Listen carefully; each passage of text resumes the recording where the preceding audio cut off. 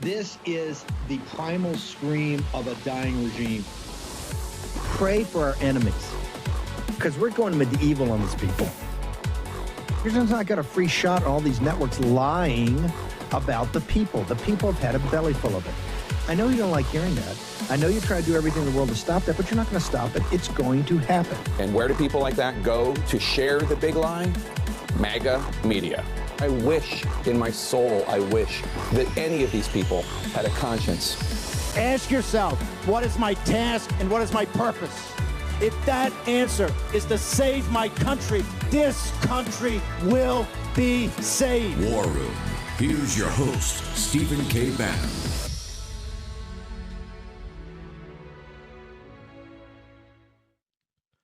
Wednesday, 26th of August, Anno Domini 2026. Harnwell here at the helm on Steve Bannon's War Room. Let's bring in straight away Frank Walker and Jenny Holland. Hey guys, hope you had a great week.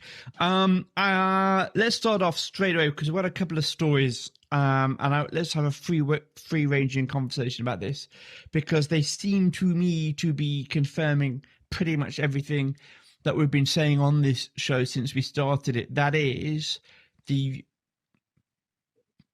there is two dynamics taking place right now, at least within Catholicism, but somewhat, I think, pulling in evangelicalism as well. And that is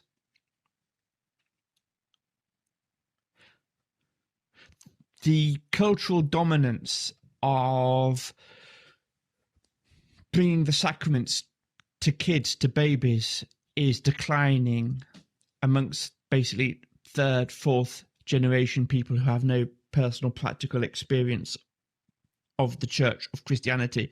That is increasing, basically, because if the last person in your family that actually went to church on Sunday was a grandparent, then the parents will say, oh yeah, well, no, we're Christian, but, you know, we don't agree with organized religion, which is a usual thing to say, or I don't need a church to tell me right from wrong, but I believe in God, I'm spiritual. Their kids sort of don't even have those pseudo-religious platitudes, and they're just not interested. So they're falling away. They're not being baptized. Contrast to that dynamic is something that Jenny sort of talks about every Wednesday on the show and also on her Substack, which is contrary to that push. There is something particular going on in Generation Z at the moment. And I have to tip my hat here to social media. I have to tip my hat to the platform I don't particularly use, which is X. And I sort of do think that this is a positive difference that Elon has brought in since he bought that platform.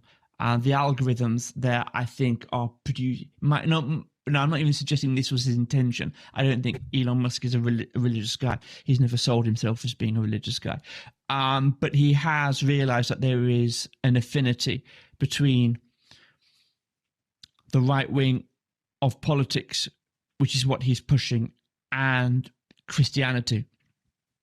So the algorithms there under his instructions are doing their job, and there's definitely an uptick taking place amongst Gen Z, specifically guys, young guys, 18 to 29-year-old. And as I say, Jenny Holland is on top of this. So we have a selection of articles today that illustrate that Catholic baptisms amongst university grads are up, and they're picking up enormously.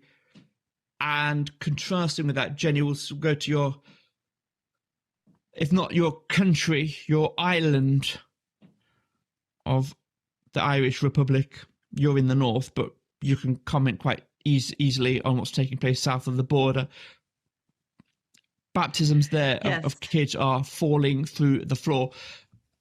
So Jenny, let's start with you. Break this down. And then I'm going to bring in Frank Walker as well to suggest that what the Catholic Church is doing in response to these two dynamics is precisely the wrong thing. Their approach, their strategic institutional approach seems to be come for the truth, stay for the platitudes. It's not going to work. people who are coming to church for the first time are coming for the truth, and the institutional Catholic Church, the hierarchy, is not giving it. It's giving platitudes of a left wing. It's basically giving the platitudes of the very ideology that these young 20-year-old guys are trying to get away from. But that's what they're getting from the hierarchy. Jenny, tell us, as I often say on the Warm, that you are one of the world's experts on this trend right now. Tell us precisely, start off with what's going on in the universities. Harvard, of all places, has declared basically its greatest ever pickup in adult baptisms. When I went through this process 25 years ago, it was the RCIA, the Rite of Christian Initiation of Adults. That's what the Catholic Church called it.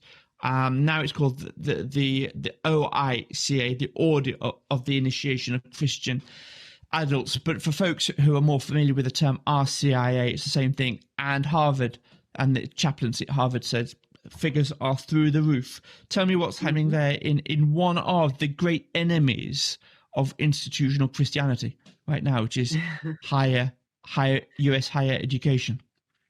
I think it's a confirmation of that saying that every action has its equal and opposite reaction.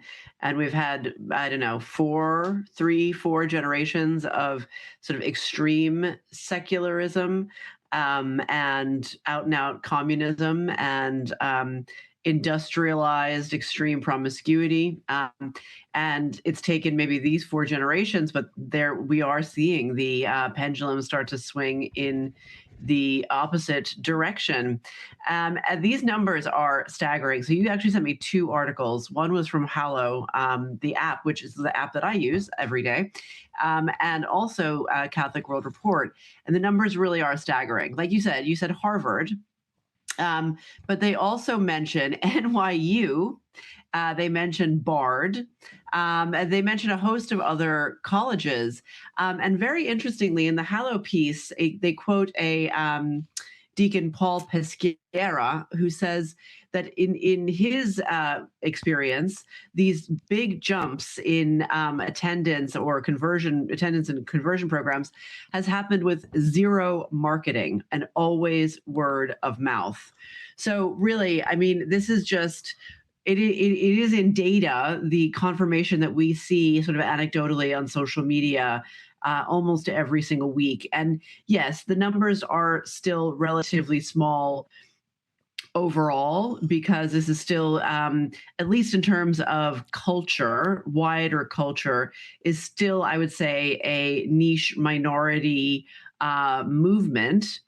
But if you really think about it, young people coming back to the church in the prime of their lives, I mean, obviously that's a good thing in terms of this audience and in terms of the MAGA movement as a whole, the populist nationalist movement as a whole.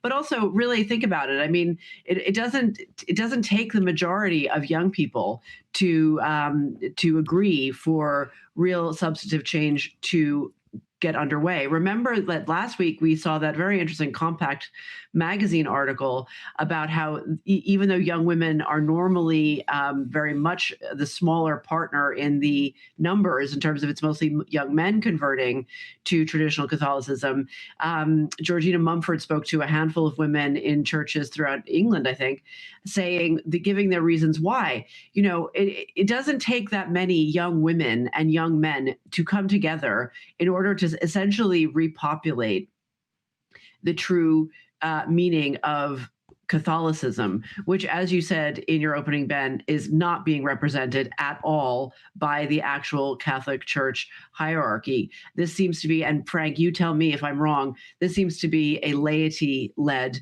movement. And so these numbers coming from these 2 stories are really extraordinary, like really extraordinary.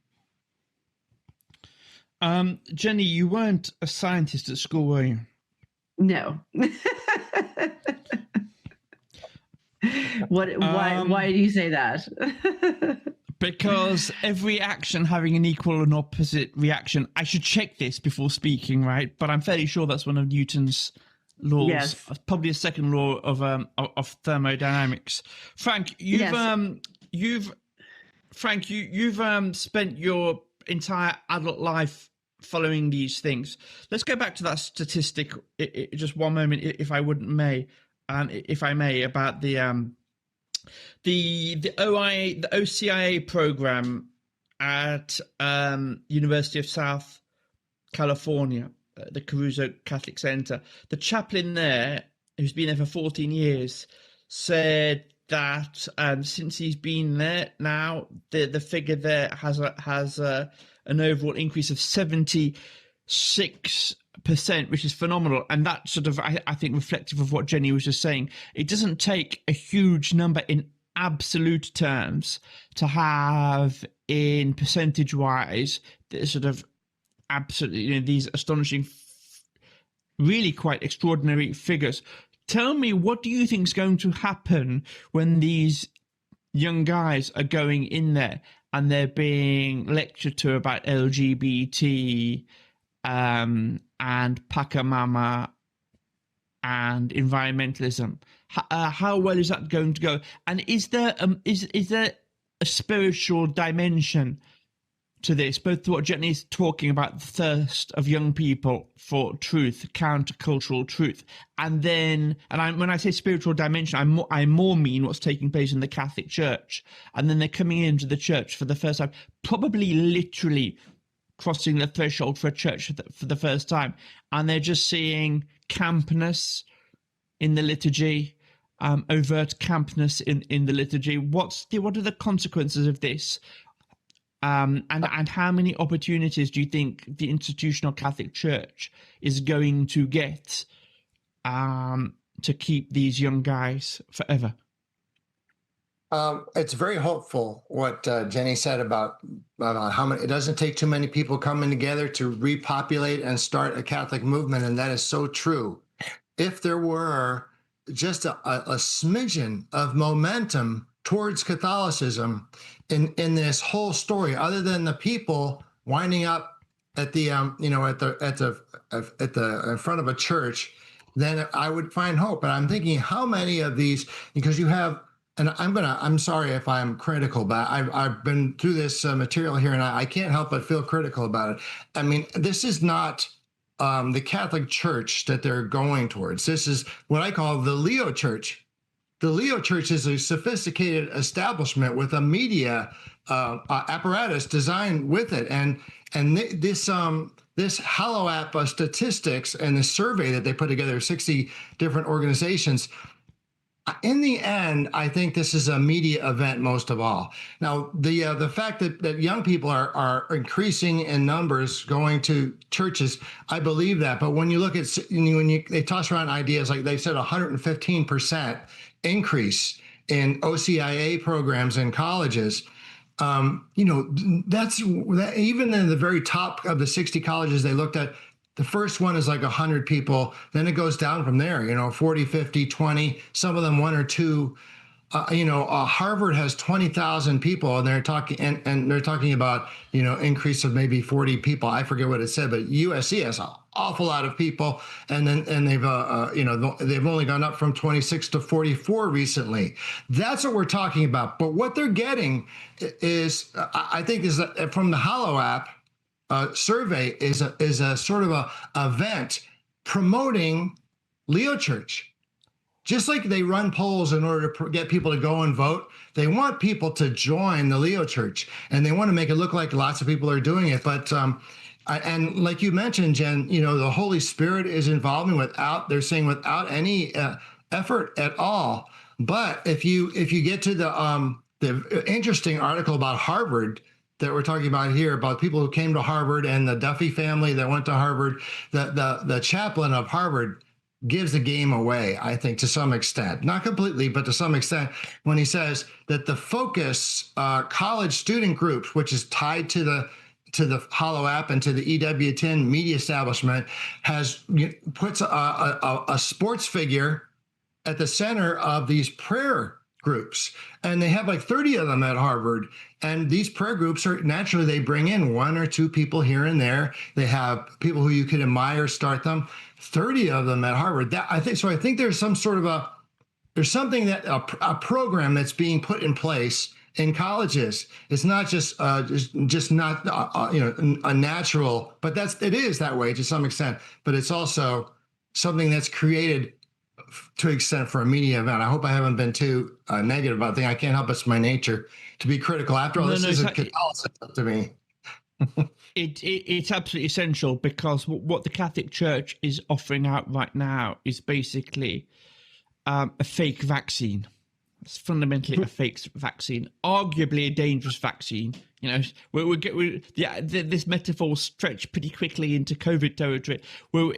Arguably the vaccine that the Catholic Church, the so-called institutional Catholic Church, is pushing out right now, being based on a fake gospel of their own invention, is more dangerous. Like the COVID vaccine is more dangerous than the actual virus itself. Yeah. Yes. And I'll say why I think synthetic Catholicism is more dangerous than believing nothing. Because if you're believing nothing, you will realize sooner or later that you're believing nothing. Your life is guided by nothing if it doesn't have Christ at the center of it. If you are suckered in and pulled in to fake synthetic Catholicism, and you're told by all the points of reference, points of authority, that this is the church, this is the Catholic Church, these are bishops, these are cardinals, this is the Pope.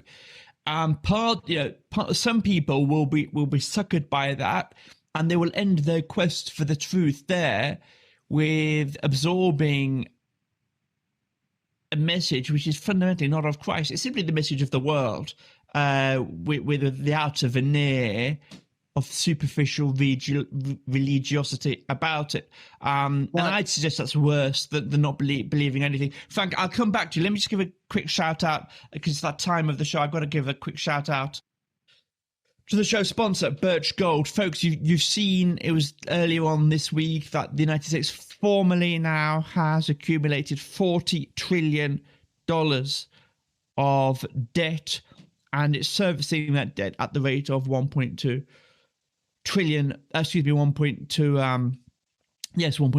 dollars per year, simply in interest repayments on the national debt. Now is the time to be taking your savings, what savings you have that you're still able to put aside, out of cash holdings and put it into an asset. And the best asset right now is gold. It's already jumped up in the last few months from around $4,000 spot price per ounce up to about $4,700 I saw a short while ago. It's definitely escalating, and if you want in on the action, let's say you have a bit of FOMO, a bit of the old FOMO, fear of missing out, and you don't want to just be reading about the gains that other people have made since they shifted their savings into gold, and you want some of that action yourself, then speak to Philip Patrick and his team at Birch Gold Group. These are the world experts in helping just the ordinary saver, the ordinary regular retail investor park some of their savings in these times of turbulence into the safe harbor of physical metal, of gold. Speak to Philip Patrick and his team. What you need to do, snapshot the screen now if you're watching on your iPad or your phone, or get your phone out and just photo the screen if you're watching it on TV, and text Bannon, Bannon, Bannon, to 989898. That's all you have to do. Text Bannon to 989898. You get a phone call, talk to Philip Patrick or one of his colleagues, and just tell them what your situation is. Say you hear regularly on the War Room that gold is going somewhere. You've never bought physical gold before, you never thought about it, but you can see what's going on, and you want to diversify a bit. That's what they're there to do. They'll talk you through it, and it's quite straightforward. Bannon, Bannon to 989898. All right, Jenny, I'm going to come back to you in a moment because I want to ask you what's actually happening there on the Emerald Isle, because that's a funny counterpoint, I think, to what's taking place in US colleges right now. Frank, if you wouldn't mind, just give me another couple of minutes on what you're saying here. I tell you what I would like to see. I will have hope. I tell you what would give me hope, that these young 20-year-old guys at university might actually receive the truth that saves, is if I logged on to Canon 212 in the morning and just saw a blank page because there was nothing scandalous that had taken place in Catholicism in the previous 24 hours. Then I think, okay, all right, church, the institutional church has sorted out its act. And when these guys are coming in, they might actually hear the gospel, the unchanging Christian message. That's not the case at the moment. Just tell me a little bit more before I flip back to Jenny, because as I say, this is your day job. All, you know, everything this is the tragedy. Everything that is motivating these young guys to go in, to cross the threshold of their local Catholic chaplaincy or even evangelical chaplaincy. Frankly, they're going in. But a lot of what is being presented as institutional Christianity is not, and it's the same in Protestantism as it is in the Catholic Church. Just give me another 60 seconds, if you wouldn't mind, on the threats that are out there. They like you mentioned, social media and X. That's where they can find real Catholicism. They can find it there as well as any place else, and that's where they need to go if they want to get to the church. And they don't need to just have a hunger for joy like they mentioned here. Now the family of Secretary Duffy in that TV show where they went to Harvard. Harvard said, they said, we don't want to send you to Harvard because we don't want you to lose your faith. And the chaplain said, there's nothing nefarious going on here. Don't worry. If you've raised her right, she'll be able to handle it. That's exactly the non-Catholic response. Just having a hunger for the truth is not Catholicism. You have to accept the faith and the teaching of the church and live it and stay close to the sacraments and stay your prayers. You have to keep your life in a state of grace. It's that simple.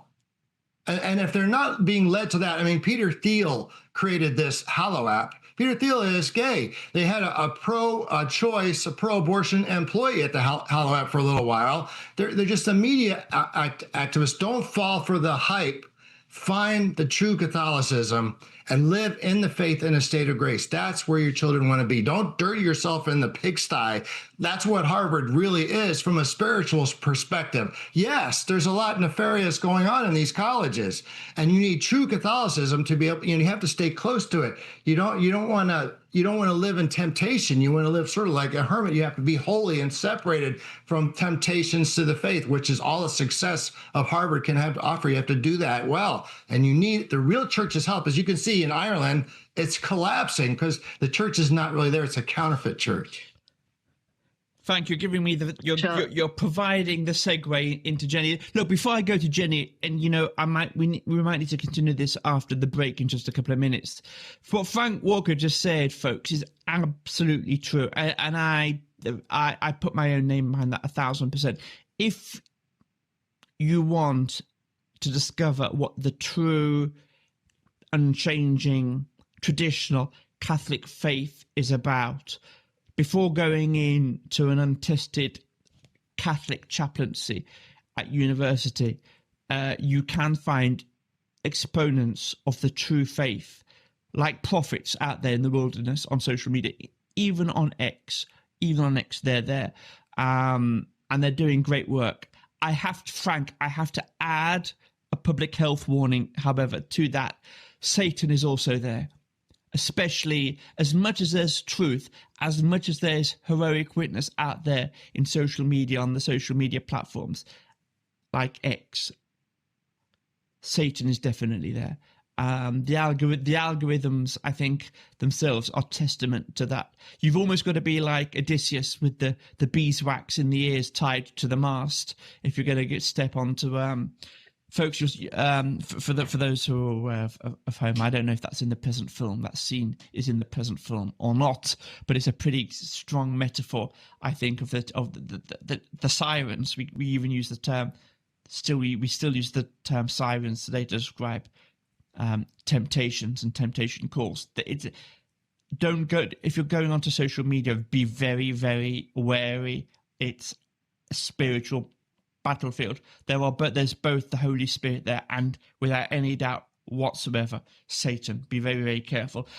Jenny, well, though I endorse, that's not a correction of what Frank Walker said. I endorse what he said. I just had to add in my own tuppence onto that one.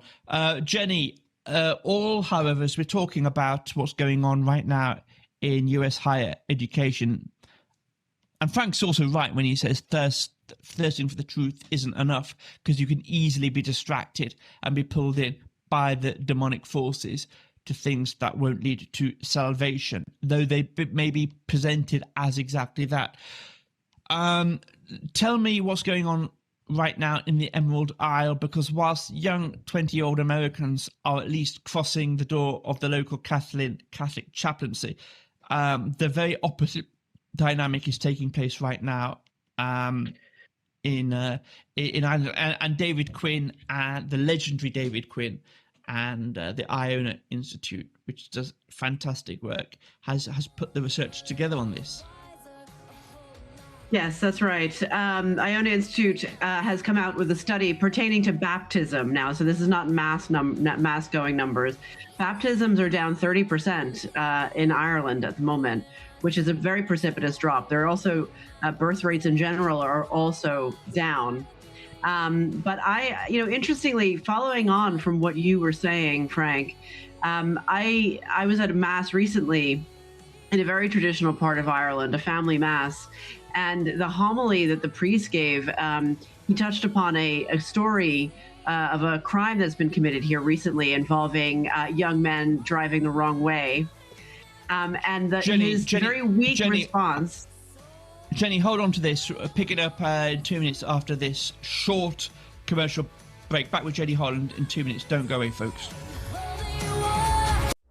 Still America's Voice family. Are you on Getter yet? No? What are you waiting for? It's free. It's uncensored, and it's where all the biggest voices in conservative media are speaking out. Download the Getter app right now. It's totally free. It's where I put up exclusively all of my content 24 hours a day. You want to know what Steve Bannon's thinking? Go to Getter. That's right. You can follow all of your favorites. Steve Bannon, Charlie Kirk, Jack Posobiec, and so many more. Download the Getter app now. Sign up for free and be part of the movement. Jenny, I'm looking at the Iona Institute's research here, and they did this the old-fashioned way.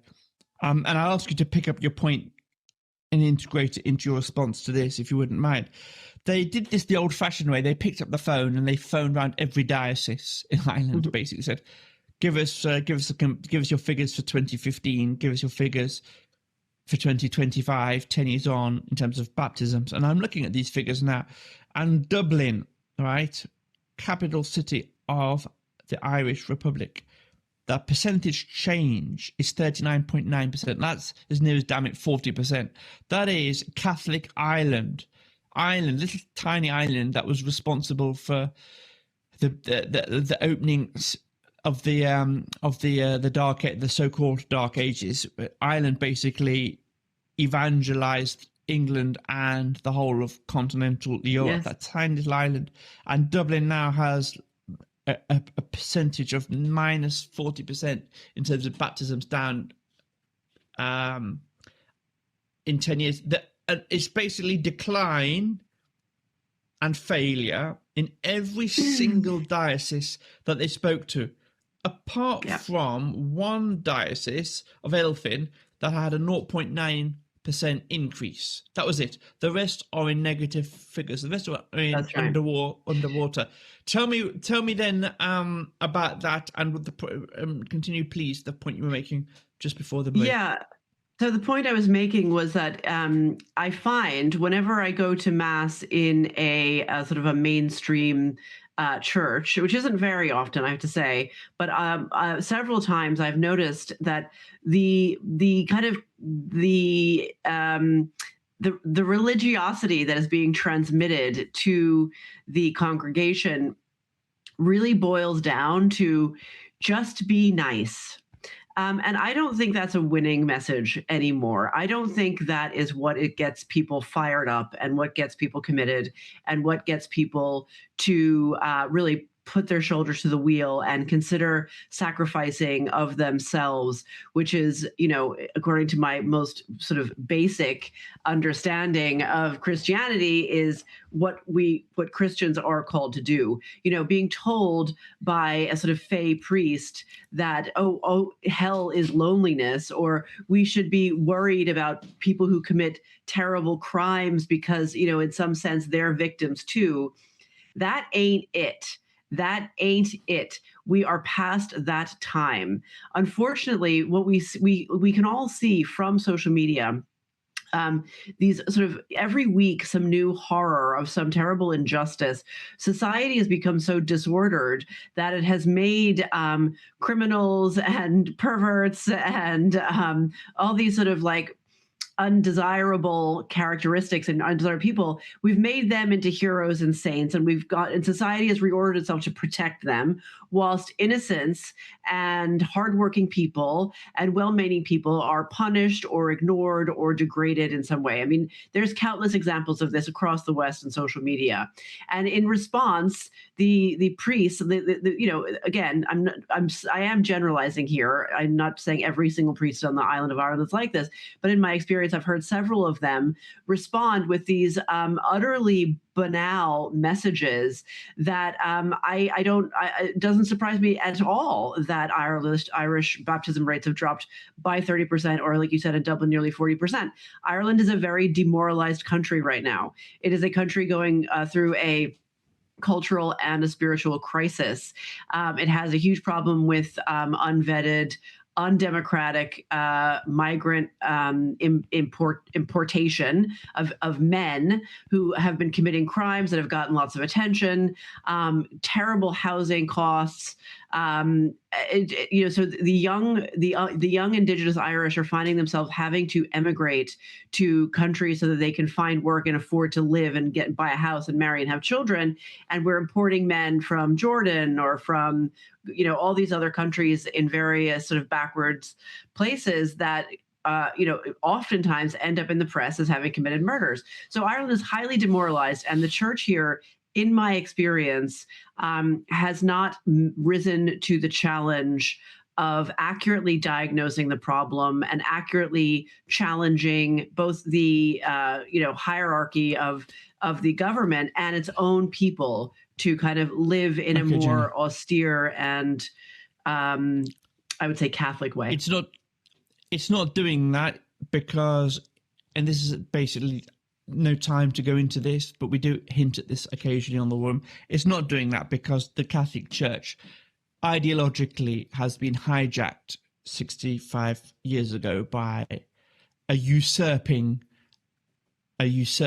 ideology that has usurped the controls of the Catholic Church. That's why it's not doing it. It's being run by people who aren't Catholic.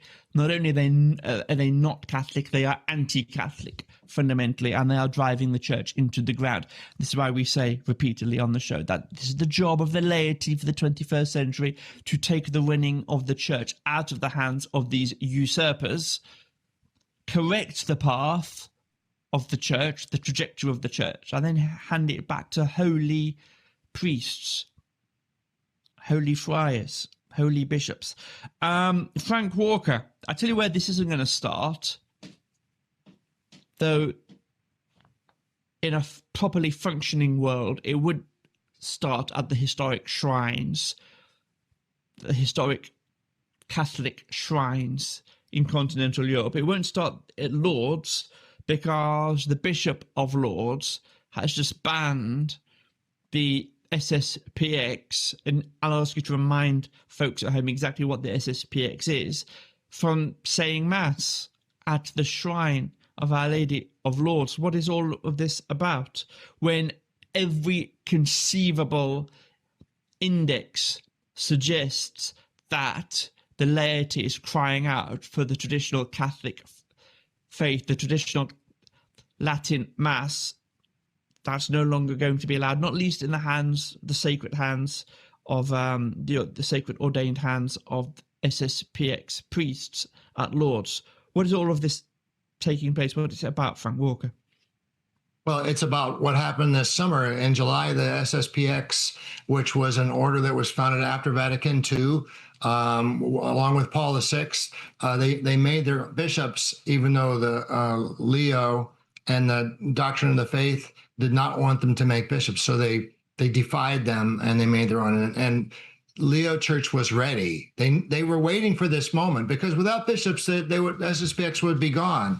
And they only had two, and one fell down the stairs, and they were down to two.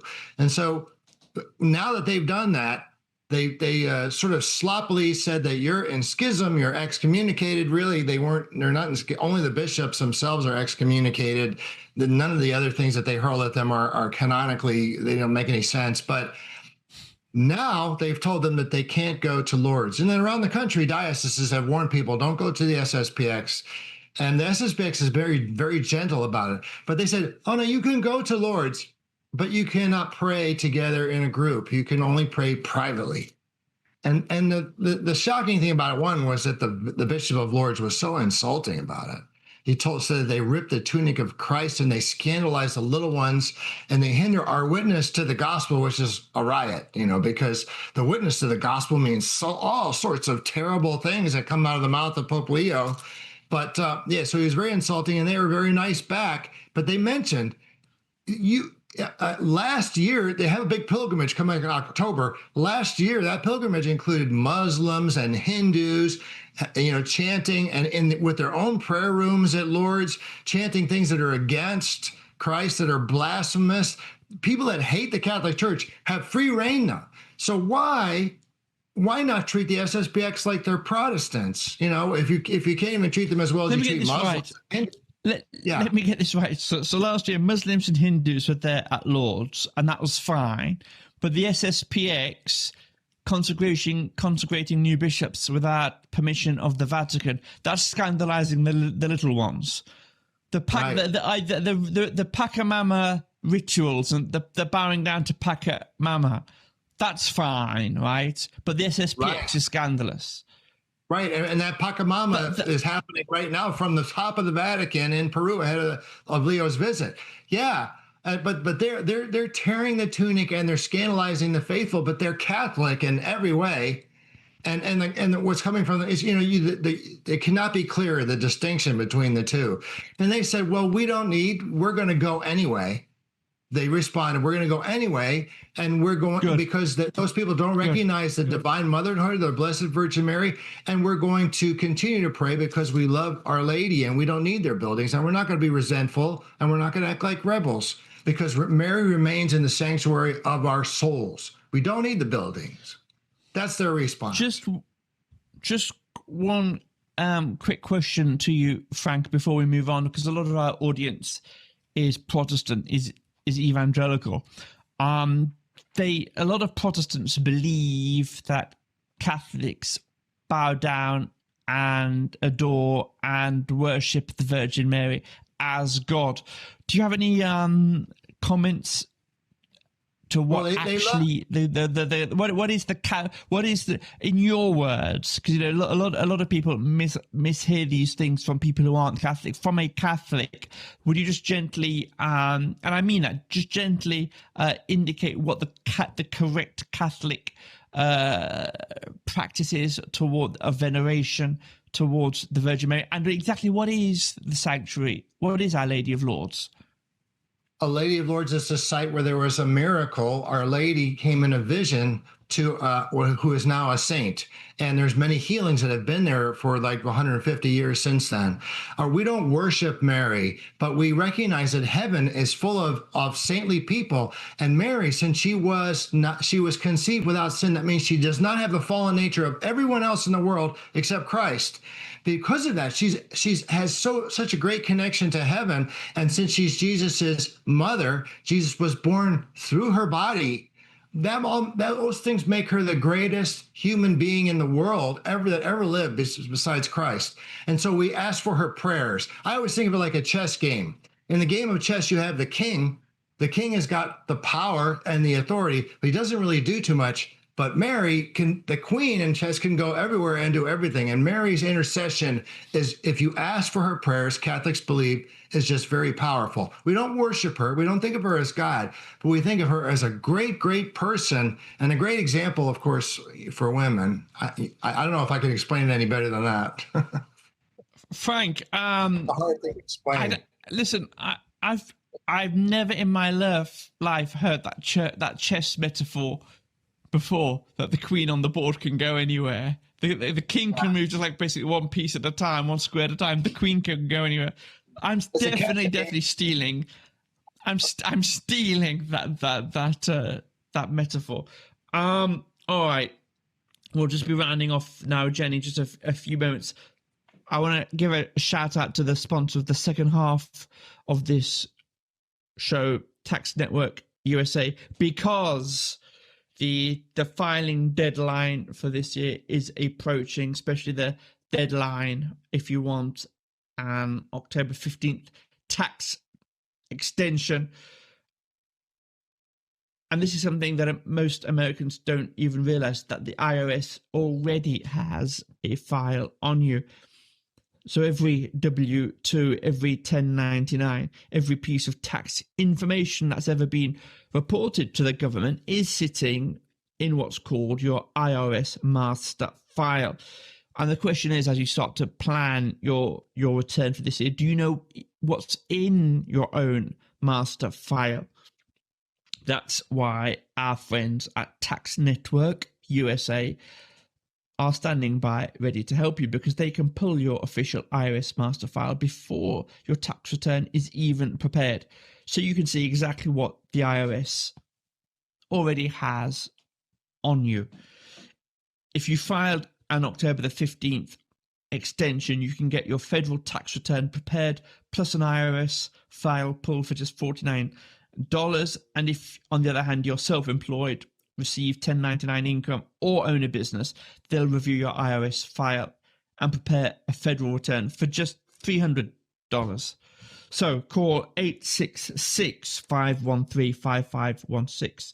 Once again, 866-513-5516, or go to bannon.tnusa.com to find more about this special pricing offer. bannon.tnusa.com.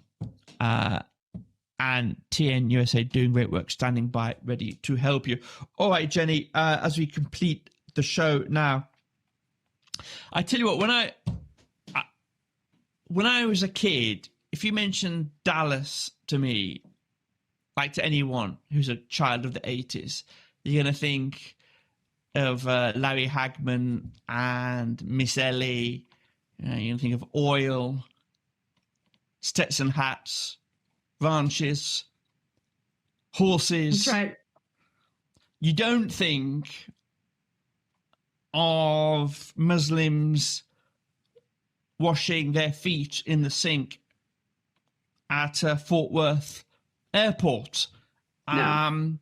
And yet, oh, sign of the changing times, that is exactly what's taking place, because apparently too many Muslims are washing their feet for their ritual ablutions in the sinks in the public lavatories. So proper dedicated feet washing sinks are being installed in Dallas.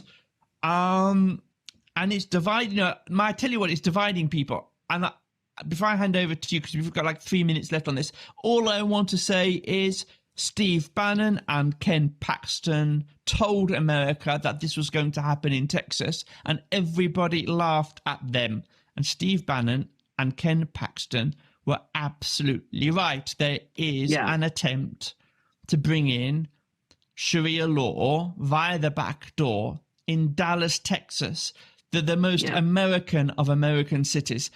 Exactly tell me what's been taking place out there, please. So, I was going to say that exact thing. The War Room audience is not going to be particularly shocked by this, because they know that Bannon has been watching this like a hawk and has dedicated a show to it for the last number of months. Dallas-Fort Worth, it became known on August 13th. The Daily Mail published a story that they had plans in place that they were about to carry out to install special rooms in which Muslim travelers could wash their feet, which is their custom before praying. Because, like you said, it was like they were washing their feet in the sinks in the airport, and it was causing problems. 2 days later, the Daily Mail published a follow-up piece saying Governor Greg Abbott had basically kind of tried to put the kibosh on this and was calling for an investigation. And so it seems like maybe it's sort of in a stasis at the moment. Whether or not this actually happens, I think, is still under question mark as of this moment. However, this is pointing to a much larger problem. And it's not just Texas, and it's not just Michigan. It's not just, Natalie Winters today, your very own Natalie Winters published a story about a seminary in New Jersey that is being taken over by an Islamic school. The Girl Scouts, I believe, or the Scouts have now started doing new badges to support Muslim faith practices. And obviously, I live in the United Kingdom, where it's the religion of Islam has made huge and very deep inroads into power systems. And I, as much as the next good liberal, I want to wish good things upon people of other faiths. However, having said that, and I've made this point before, what makes good neighbors is strong fences. This is a confident, insurgent religion that is, you could go so far as to say a supremacist religion, which has demographics and politics on its side in many, many, many places, versus a decrepit, utterly demoralized, hollowed out